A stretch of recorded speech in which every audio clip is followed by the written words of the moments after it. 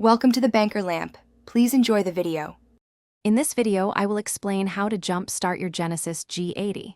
First, gather your jumper cables and a vehicle with a fully charged 12-volt battery. Make sure both cars are completely off and their parking brakes are firmly set. Carefully position the assisting vehicle near your Genesis, ensuring they do not make contact.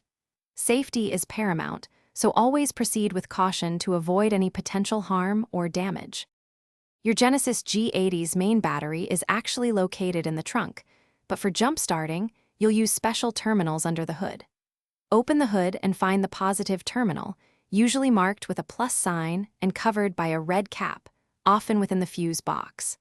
The negative terminal is typically an unpainted metal bolt or a designated ground point on the engine's passenger side. Always consult your owner's manual for precise locations. Now, let's connect the jumper cables. First, securely attach one red clamp to the positive terminal under the hood of your Genesis G80.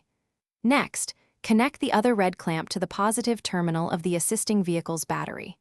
Then, attach one black clamp to the negative terminal of the assisting vehicle's battery.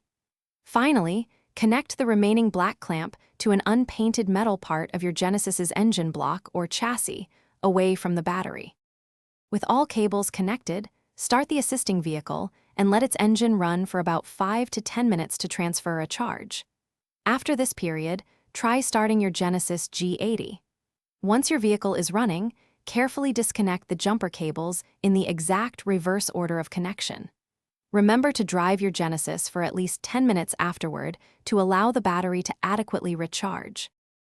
Thanks for watching. If this was helpful, leave a like and consider subscribing. See you next time.